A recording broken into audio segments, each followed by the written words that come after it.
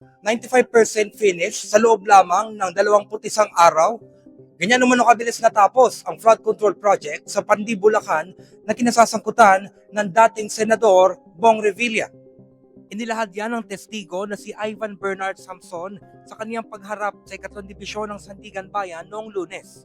Si Samson ang NBI agent na nakatoka sa investigasyon sa flood control project sa nasabing lugar na napagalamang maanumalya. Nagkakahalaga ang project sa mahigit 70 milyong piso.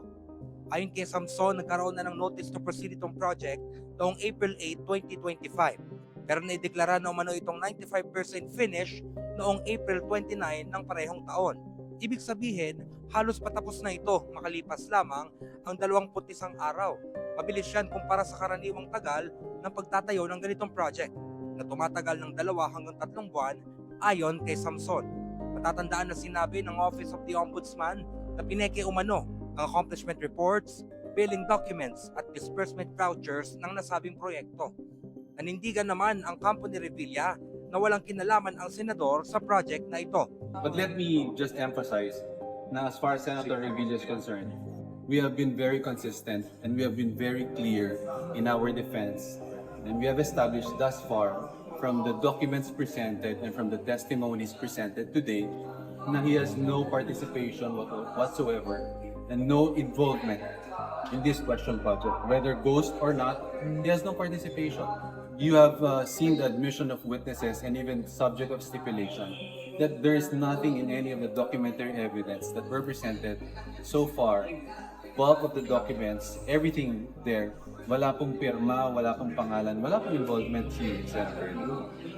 Samantala ngayong Martes, tumestigo naman sa 2nd Dibisyon ng Sandigan Bayan si Kenneth Edward Fernando, ang officer in charge ng DPWH sa Bulacan 1st District Engineering Office.